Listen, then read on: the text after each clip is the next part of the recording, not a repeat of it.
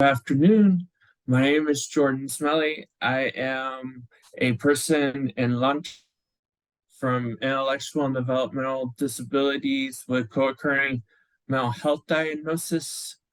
What long-term recovery means to me is the ability to advocate for myself, to find the resources that I need, the ability to help support others, and the ability to do trainings like this to help those with IDD be able to better get their support needs met. So today we'll be talking about using self-awareness to advocate for support needs in different environments. So the first thing we have to talk about is what is self-awareness? Self-awareness is the ability to recognize your strengths and challenges and personality traits and understanding how they shape you as an individual. So for support needs, and for those of you who have maybe been working for a while, this might sound, another term might come in mind of reasonable accommodations. But for me, at least in my experience, when supporting people with intellectual and developmental disabilities, when I ask them what are some accommodations they may need, they don't always fully understand what I'm asking. But if I rephrase it and then I ask them, well, what are some of your support needs? They are they can much more easily explain the support they need. So, support needs are types of assistance or devices needed in order to participate as independently as possible in the community at large, including but not limited to being able to fulfill job duties with as much independence as possible, fulfill educational requirements for degrees or trainings, and ability to participate in social interactions without feeling isolated. All right, so the first thing we're going to talk about is what are strengths? So strengths are characteristics and or skills that you have mastered or have a strong foundation in. This means that these are things that come very easily to you. One example for me would be speaking at conferences and doing trainings like this, because this is something that comes very easy to me. And it's also something that I really enjoy doing. And typically, if something is a strength for you, then it's something that you typically get enjoyment out of doing. But another example would be one thing that sets Jim apart from other applicants is his organizational skills. In this scenario, Jim's ability to be very organized is a strength of his that sets him apart from others. Another example might look like this. Jan's ability to empathize with her clients makes her a very effective therapist. Here, Jan's characteristic of empathy is a strength for her because her level of empathy allows her to be a more effective therapist. All right, so we just talked about strengths. So now we will talk about what are challenges. Challenges are characteristics and or skills you struggle with executing. For example, one thing that might be a challenge for some individuals with IDD, and this kind of includes me, it is social skills.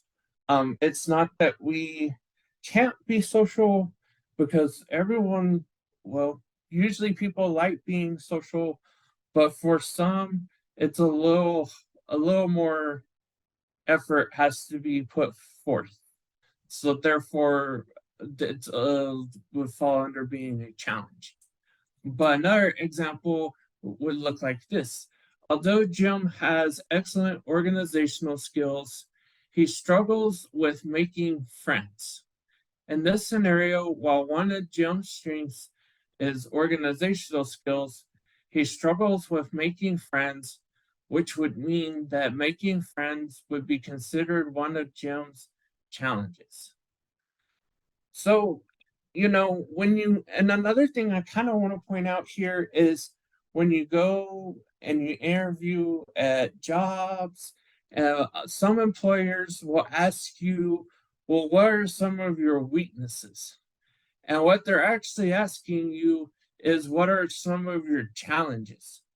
And so, what I have found, at least for myself, is that when I'm able to rephrase that question and I'm able to kind of list what some of my challenges are, but then I am also able to advocate for the support I need to overcome that challenge, or sometimes I'll also include what some of my strengths are. It kind of helps negate the challenges. So then you look like a more employable to that employer. You don't look like you might be too much effort in order for them to be able to properly support you, because you're able to identify where your struggles are, but you're also able to point out what your strengths are, and then you're also able to inform the employer of what supports you need.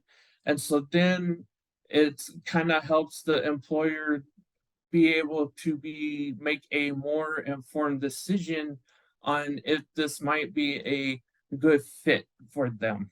Because at least in my experience, when I get put in a position that I'm not a very good fit for, not only is it stressful for the employer, but it's also very stressful for me, because I'm not able to get my supports met.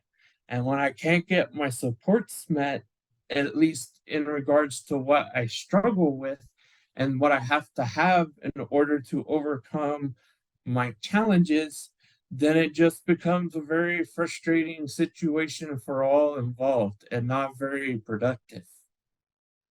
So another example of what challenges might look like is, although Jane is excellent at expressing empathy towards her clients, Jane struggles with expressing disappointment with some clients.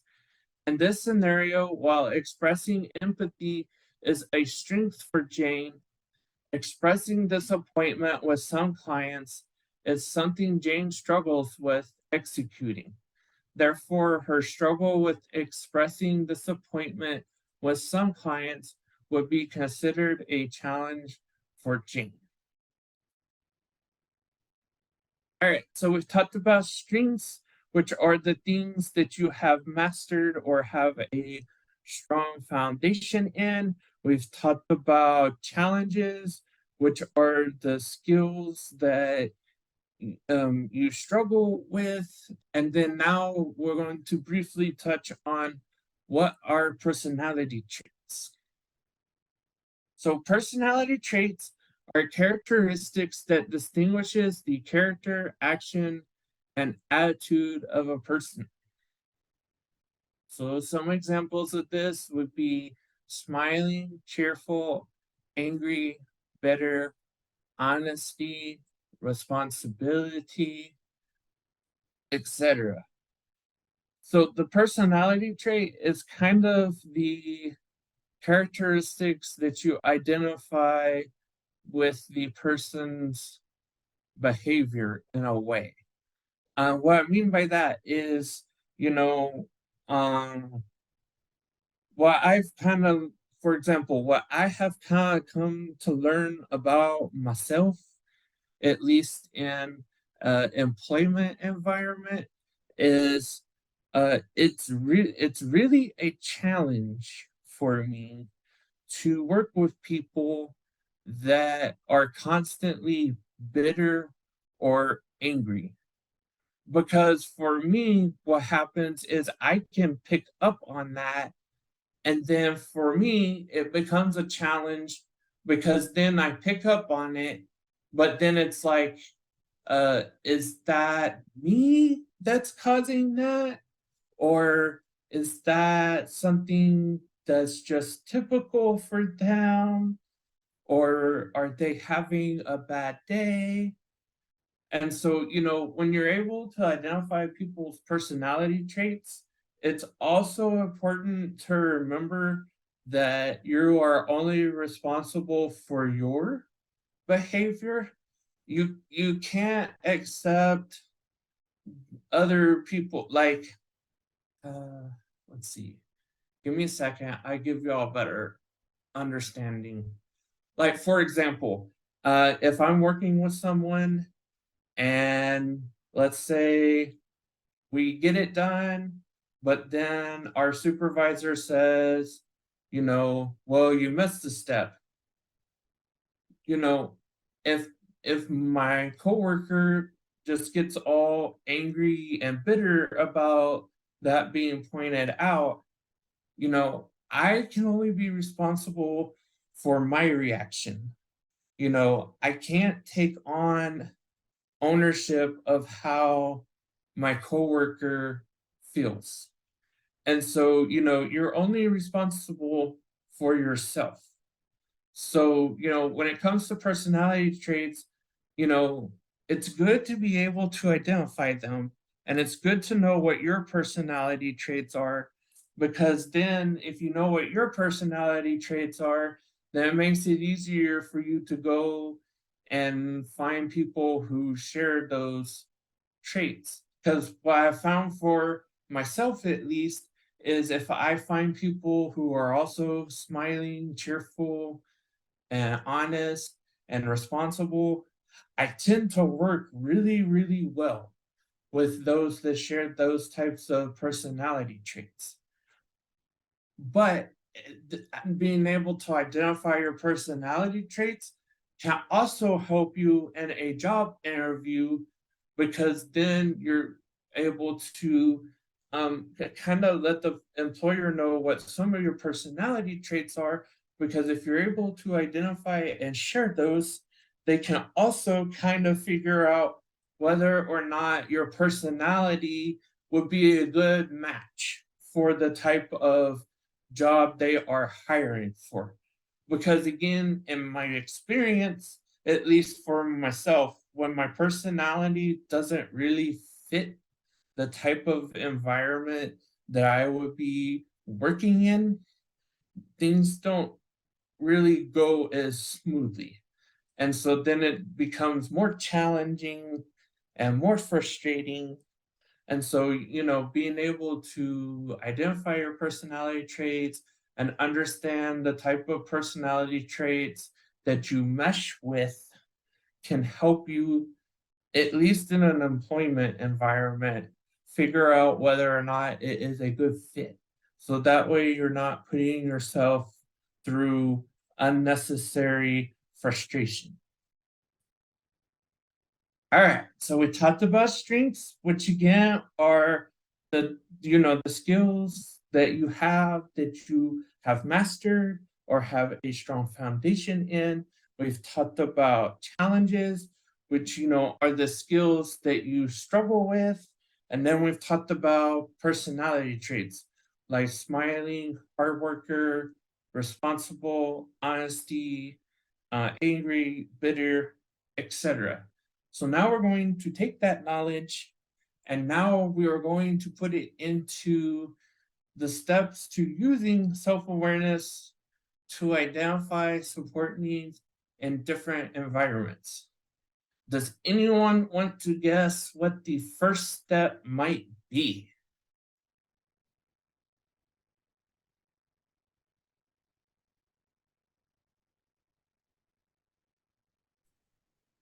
So the first step is identify the type of environment you will be in. So, in order to use self awareness, you have to be able to identify the type of environment. Because, at least in my personal experience for myself, as well as what I've kind of recognized as I've supported people with intellectual and developmental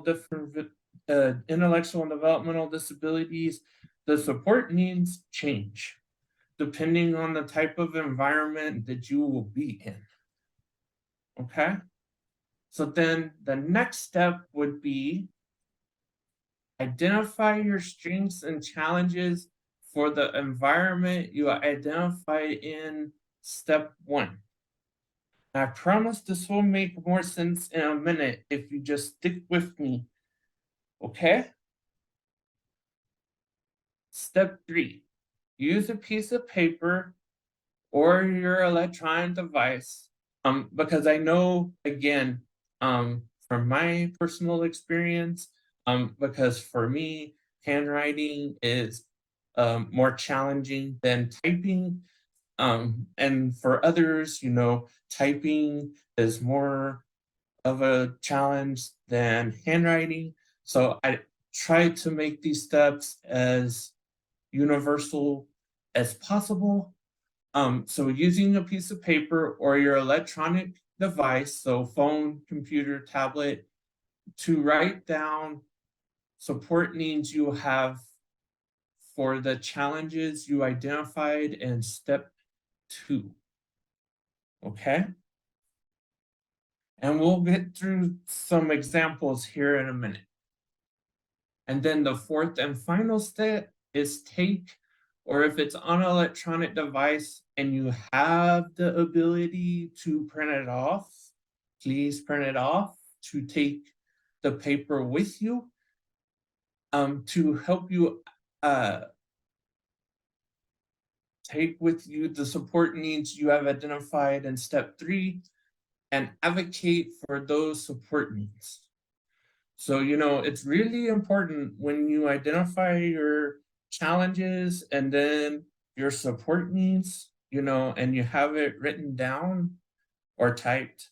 It's really important to have it with you because then you're not relying on your memory when you're meeting with whoever it is that you need to meet with to advocate for your support needs.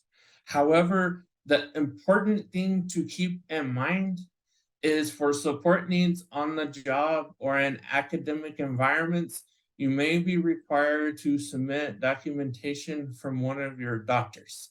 And this kind of goes with what's called the American with Disabilities Act, which is what requires employers to provide reasonable accommodations. But what's really, really important for you to understand with the American with Disabilities Act is yes, the employers are required to provide reasonable accommodations. However, the American with Disabilities Act also says that those accommodations can't fully get rid of what the employer identifies as essential job duties.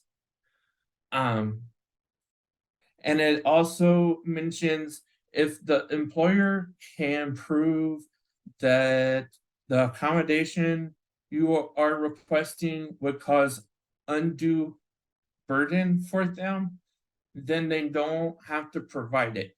But if they're claiming undue burden, then what they should be doing is working with you to help identify another accommodation that would work for them, that would help you get the support you need. For example, for myself, um, at one of my recent jobs, for me, I tried working full time, but full time just was not possible due to my disabilities, physically. because I wear leg braces. And so one thing my job did was allow me to work part-time.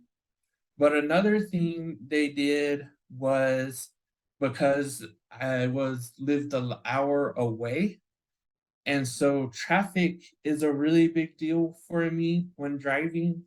So what we did was we set my schedule to where I would go into the office after rush hour, but also leave to go home before rush hour started in the afternoon. And so I was still doing the essential job duties of my job. I just wasn't going in when most of my coworkers would go in. So, it's important to speak up for yourself and to advocate, but it's also important to keep in mind that whatever support you ask for, you need to keep in mind the employer.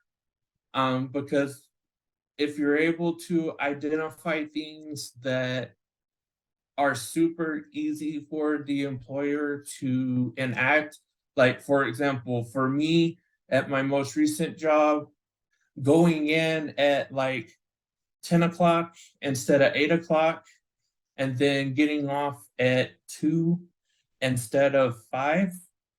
Going at 10 allow me to miss morning rush hour. Getting off at 2 allow me to get out of there before going home rush hour. And so, if you're able to identify those types of solutions to get your support needs met, but don't run the risk of severely hampering the services that the employer provides, then you have a greater chance of getting your support needs met. And then the only other thing that's important to understand with the Americans with Disabilities Act is that it also says it really applies to those companies that have full-time employees, but they need to have at least 15. So if you work for a really small company, um, trying to claim American with Disabilities Act and it being violated, but the employer has left it less than 15 full-time employees, isn't going to work. So another thing to keep in mind, at least for when you're advocating for your support needs in an employment environment, is if you're going to apply to a like mom and pop type of place, um, just know that technically they if they have less than 15 full-time employees, technically they aren't bound by the Americans with Disabilities Act.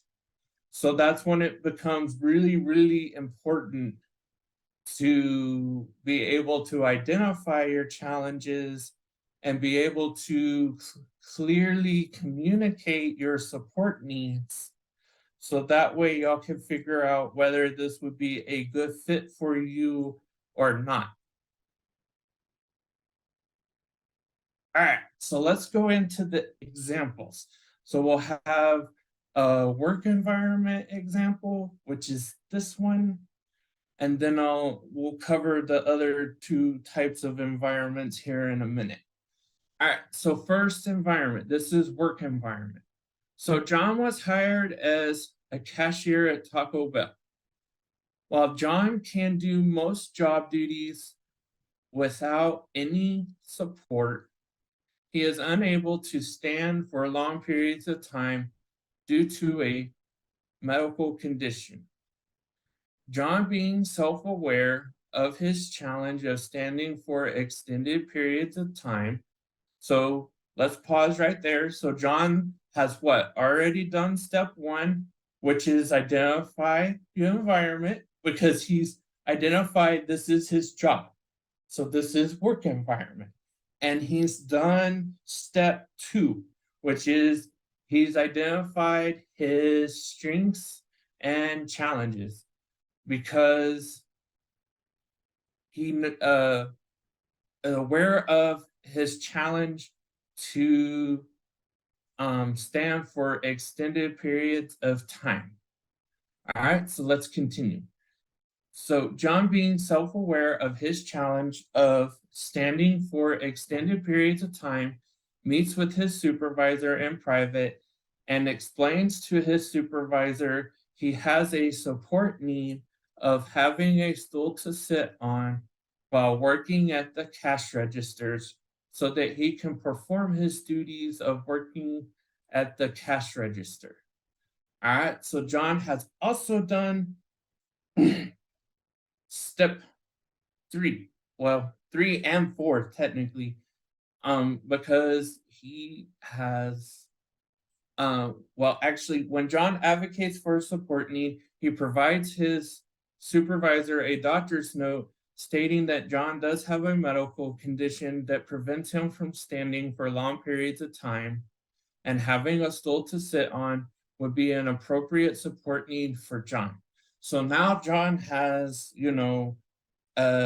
he's identified the work environment, he's identified strengths and challenges, it's assumed he's written things down because he brought a doctor's note with him, and he has done step 4, which is advocate for his support need. And notice that John did keep in mind the Americans with Disabilities Act, because he did bring documentation from his doctor that stated he does have a medical condition, and that having a chair to sit on would be a reasonable support need for John.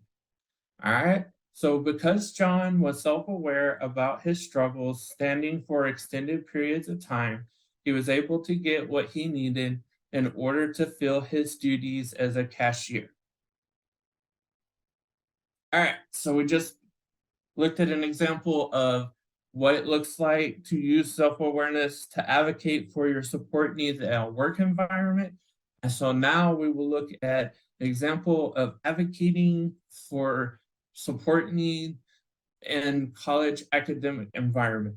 This will also work for like high school, middle school, and for those of you who might have kids like in elementary school, this is something you could use with your child to help get their support needs met. It's just when I do this presentation, I'm typically doing it for 18 and up. And so that's why I'm specifically putting it as college. So Jim has decided to attend community college to get an Associate of Applied Science degree, and through his research has identified he must go through the disability support services at the campus in order to get his support needs due to learning differences met for classes he enrolls in. Jim, being self-aware that his 2 biggest struggles are timed exams and exams where it is more hands-on, schedules an appointment with the Disability Support Services office on campus. All right, so John has already done step 1, which is he's identified the environment, because this is the academic environment, and he's also done step 2, which is he has recognized what are his challenges. When Jim goes to his appointment, he brings along medical documentation from his doctors, explaining Jim's learning differences, and asks disability support services for extended time on all non-hands-on exams, and to have more hands-on exams individually proctored And I'll explain what this means here in a minute, with extended time as well so that Jim can talk out loud during exams that are more hands-on, and have Jim identifying things through models, microscope, and or pinned areas on cadavers. Because Jim did his research and went through proper channels at the community college, Jim was able to get his support needs of extended time on non-hands-on exams and having more hands-on exams individually proctored with extended time as well.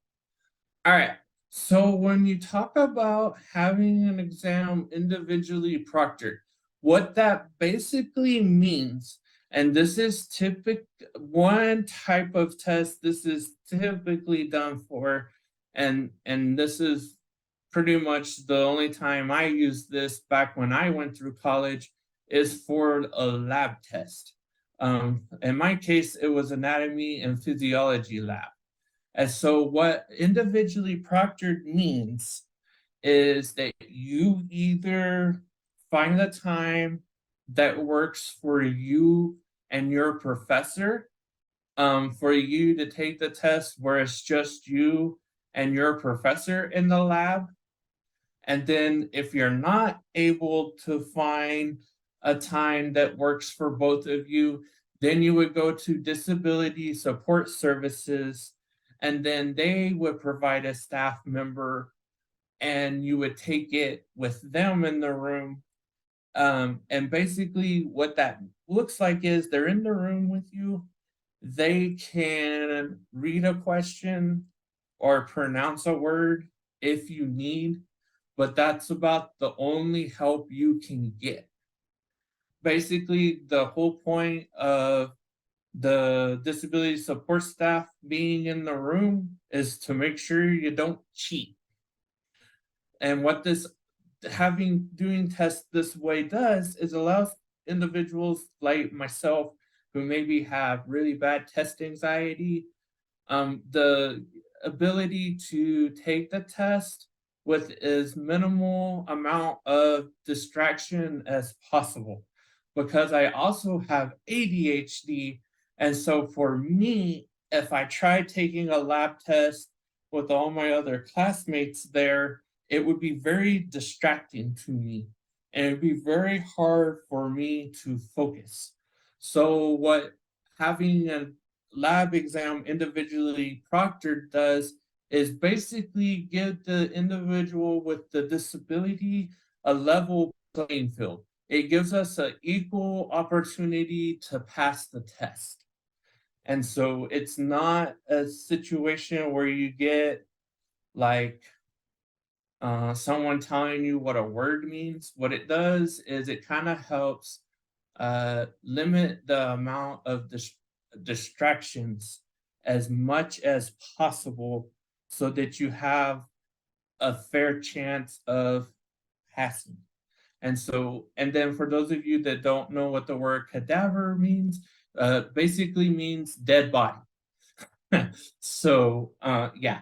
So, individually proctored, anytime you hear that, that basically means that it's the person taking the test as well as the professor or a designated staff member, and that's all that's in the room while the test is being administered. All right, so we've looked at work environment, we've looked at academic environment. So now we're going to look at what is one way it might look like to advocate for support need and social environment, because people with intellectual and developmental disabilities want to socialize just like everyone else, but sometimes um, people with intellectual and developmental disabilities might just need a little extra support. So that way they feel included and not excluded. Because, it is possible for people with with disabilities in general, really, to be present in a social environment, but still feel excluded because they're not having their support need met to be able to feel included. So, Tina, who lost her left leg in a car accident and now wears an artificial left leg so she can get around without crutches, loves bowling. And yes, I know the medical term for this is uh, prosthesis or prosthetic. But when I do my presentations, I try to keep them as accessible as possible. And so I try not to use too many big words. So that way it's easier for the majority of people I'm presenting to follow along. All right. So the place Tina bowls at decides to offer a summer bowling league. Tina signs up for a house team because Tina doesn't have any friends that share her interest in bowling.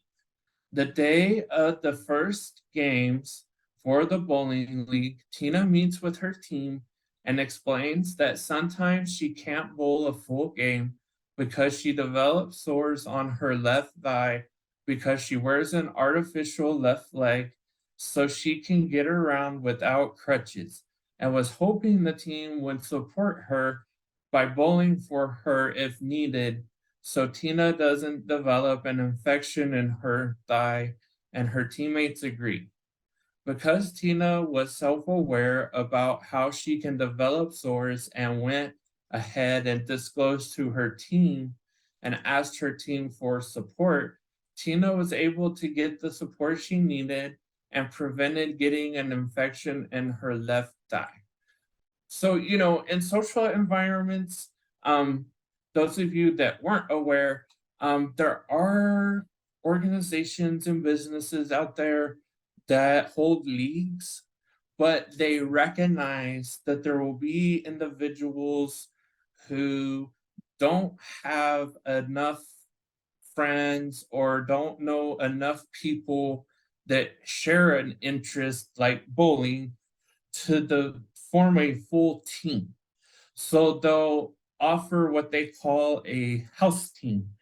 And what that does is allows people who can't build a team on their own outside of the business the opportunity to still be included because they just sign up for the house team and then the business puts them on teams.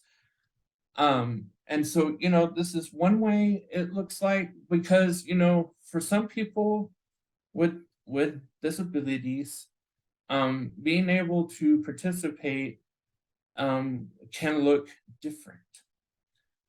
And so this is one way advocating for a support need could look like. All right, so that kind of wraps up our presentation for today. Are there any questions? Hi, Jordan. This is Sarah. I'm wondering how you learned all of this information. Like, where did you come up with this? Because it's really good. Learning it the hard way. Because all this that I shared to you is stuff that I learned personally, and then stuff that I typically learned by on my own by having to navigate it on my own. And so I kind of put stuff like this together in the hopes that helps others be able to get the support and resources they need without having to go through all the trauma and drama and frustration I had to go through. Well, I think it's beautifully organized. So what did you get your college degree in? So for me, college was one of those things that was a major trigger for my mental health. And that was mostly because back when I was in college, I didn't understand the importance of having a broad support network like I understand now. So I actually got a certificate of completion and audio production because I wanted to like be the sound person like for a theater, like where you go and watch plays, Yeah. or a church, or venues. And what I kind of learned through all that is um if you can't work 12 hours, which I can't, and you can't climb ladders, then that's not a career path for you. And that's kind of how I learned the hard way about, like, because I've mentioned about, earlier I mentioned about how, if you're able to identify your support needs and clearly communicate them, then it helps the employer figure out whether or not it's a good environment for you. And that was something I struggled with early on. And so there were times that I went through jobs that were no way a good fit, but I went through all that trauma and drama and frustration to figure it out. That's really interesting because while you were talking, I was writing down a list of who I thought would benefit from this information. And certainly anyone who has IDD, or anyone who has a mental health diagnosis, and definitely employers. But I'm also thinking, if someone is about to embark on something big like going to college or training for a new type of job, then this would be a really good program for them to listen to. Yes, I Yeah. tried when I developed trainings, and this one actually has a worksheet to it that I hold copyright to.